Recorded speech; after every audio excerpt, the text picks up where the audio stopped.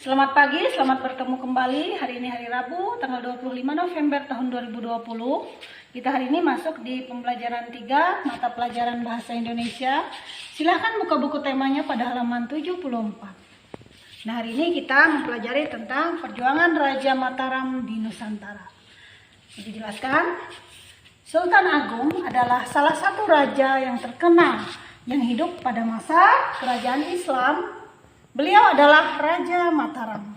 Sultan Agung memerintah tahun 1613 sampai 1645. Nah, di bawah kekuasaan Sultan Agung, Mataram berkembang menjadi kerajaan yang besar di Jawa dan Nusantara pada saat itu. Nah, berdasarkan teks, dapat kita buat peta pikiran sebagai berikut, yaitu peta pikiran tentang Sultan Agung. Yang pertama, perjuangan yang beliau lakukan.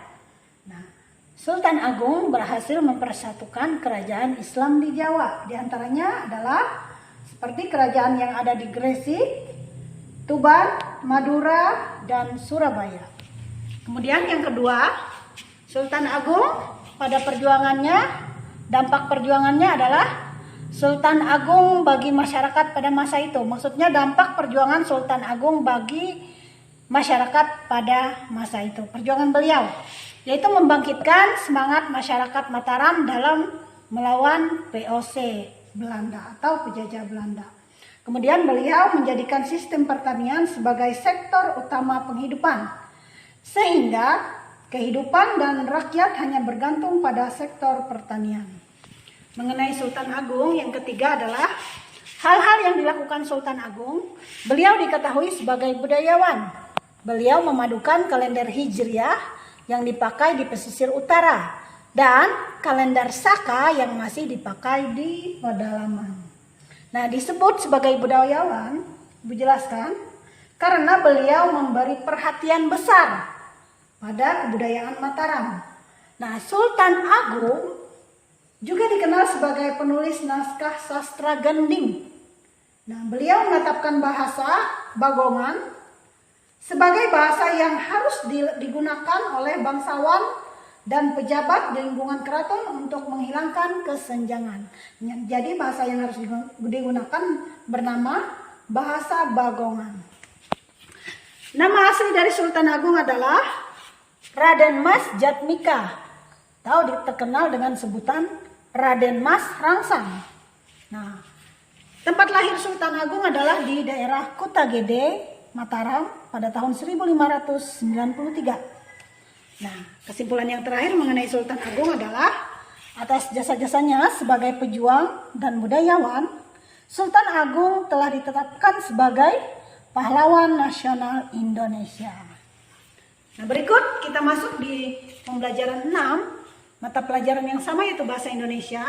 Silakan buka bukunya pada halaman 89 sampai 90. Ibu jelaskan perjuangan tokoh proklamator Indonesia. Nah, di halaman ini kita berbicara tentang perjuangan tokoh proklamator Indonesia. Insinyur Soekarno atau lebih akrab disapa Bung Karno adalah tokoh pejuang pemersatu bangsa.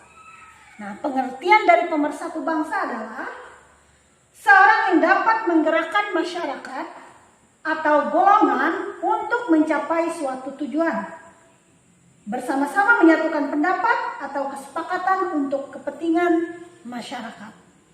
Nah, jadi berdasarkan teks dapat kita buat peta pikiran mengenai Insinyur Soekarno sebagai berikut.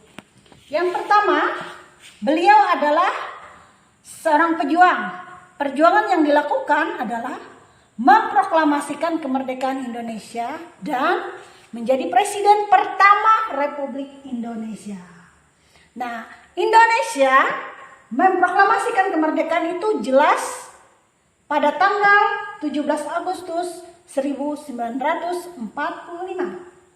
Nah, teks proklamasi dibacakan oleh Insinyur Soekarno sebagai presiden pertama Indonesia dan beliau didampingi oleh Dr. Andes Muhammad Hatta sebagai wakil presiden pada saat itu. Yang kedua, pendidikan. Pendidikan Insinyur Soekarno yang pertama Beliau menjalani pendidikan SD di Mojokerto, kemudian lanjut dengan SMP di Surabaya. Setelah itu, setelah tamat SMP, melanjutkan pendidikan di Institut Teknologi Bandung. Yang ketiga, sikap yang kita teladani dari beliau.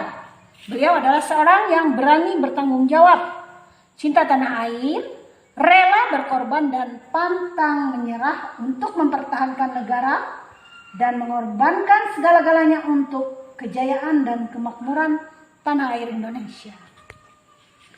Nama asli dari Insinyur Soekarno yaitu Insinyur Soekarno. Nah, kemudian tempat lahir beliau lahir di Surabaya. Ibu Langit, tempat lahir beliau lahir di Surabaya pada tanggal 6 Juli tahun 1901.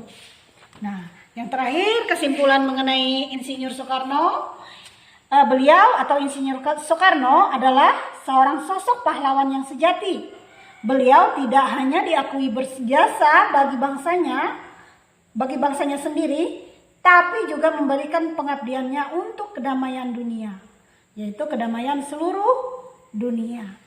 Nah, itulah penjelasan Ibu tadi tentang bahasa Indonesia, yaitu perjuangan Raja Mataram di Nusantara, tentang Sultan Agung, seorang raja dari kerajaan Islam, dan perjuangan tokoh proklamator Indonesia.